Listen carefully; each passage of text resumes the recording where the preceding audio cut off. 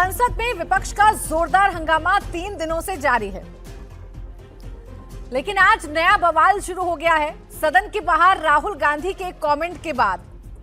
दरअसल आज सदन की कार्यवाही शुरू होने से पहले संसद परिसर में विपक्षी नेता धरना देने पहुंचे।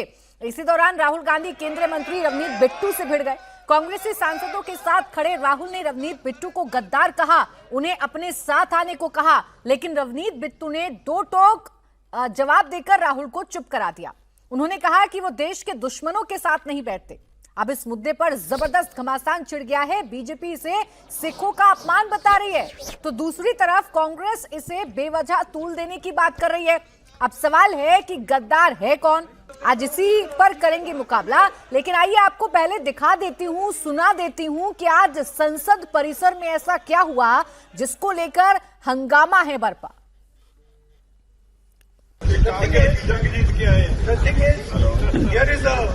Traitor walking right by. Take a look at your face. This is what it looks like. Hello, brother. My traitor friend. Surrender. Don't worry, you'll come back. Surrender.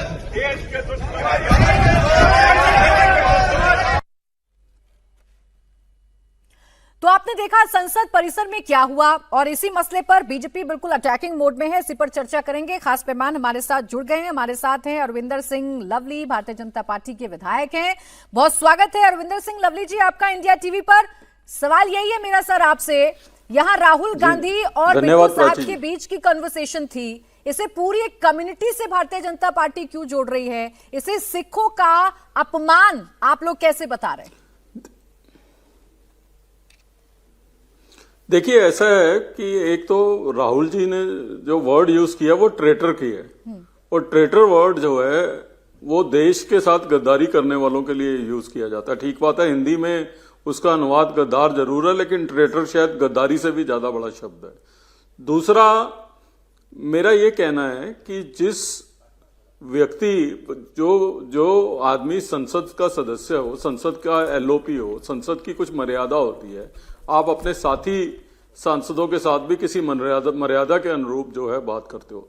Just because कि कोई आदमी आपकी लाइन टो नहीं कर रहा, आपके कहने से नहीं चल रहा, आपके काम करने के तरीके से जो है वो इत्तेफाक नहीं रखता और वो आपकी पार्टी छोड़ के चला गया है, उसको जो है आप ट्रेटर जैसा शब्द इस्तेमाल करो, और वो भी उस व्यक्ति के लिए जिसका परिवार ने, जिसके दादा ने इस देश की एकता और अखंडता के लिए अपने प्राण न्यौछावर कर दिए हो, उस कम्युनिटी के लिए। ये खाली रवनीत सिंह बिट्टू का अपमान नहीं है, ये सारी सिख कम्युनिटी का अपमान है, पंजाब का अपमान है, पंजाबियत का अपमान है। जो लोग जो है जो जानते हैं कि सिख जो है अपने देश के लिए मर मिट जाते हैं, जो लोग देश के टुकड़े करने की बात करते हैं, वो तो आपकी आंखों के तारे हैं। जो टुकड़े टुकड़े गैंग के मेंबर हैं वो आपकी आंखों के तारे हैं, और एक व्यक्ति ऐसा जिसके पूरे परिवार ने देश के लिए जो है अपनी जान कुर्बान दी जाए, वो आपके लिए गद्दार है, जस्ट बिकॉज वो आपके नेतृत्व को नहीं मान रहा, आपकी पार्टी की लाइन को टो नहीं कर रहा। और ये पहली मर्तबा नहीं है कि राहुल गांधी ने सिखों का अपमान किया हो।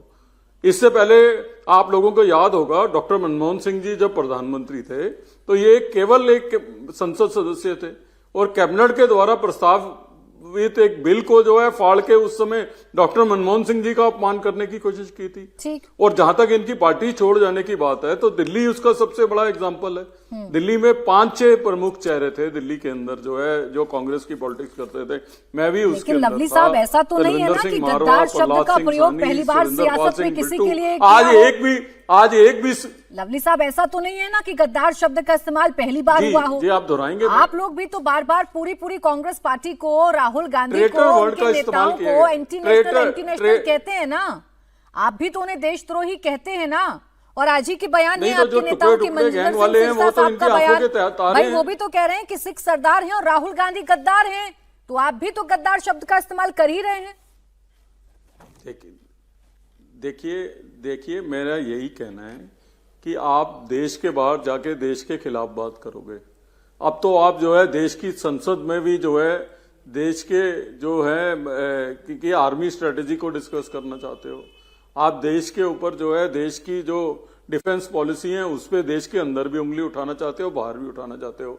जो लोग कहते हैं कि भारत तेरे टुकड़े होंगे, वो तुम्हारी आंख के तारे हैं, और जिसके दादा जो है देश के लिए कुर्बानी करते हैं वो आपके लिए गद्दार हैं। दूसरा मैं ये कहना चाहता हूं कि ये संविधान हाथ में लेके घूमते हैं। एक व्यक्ति जिसने संविधान की ओथ लेके केंद्र में राज्य मंत्री के रूप में जो काम कर रहा हो, उसको आप गद्दार कर रहे हो, तो आज संविधान की उपेक्षा और संविधान का अपमान कौन कर रहा है? तो जब आप संविधान का अपमान कर रहे हो तो आप किसी भी तरीके से देश प्रेमी तो नहीं हो सकते ना।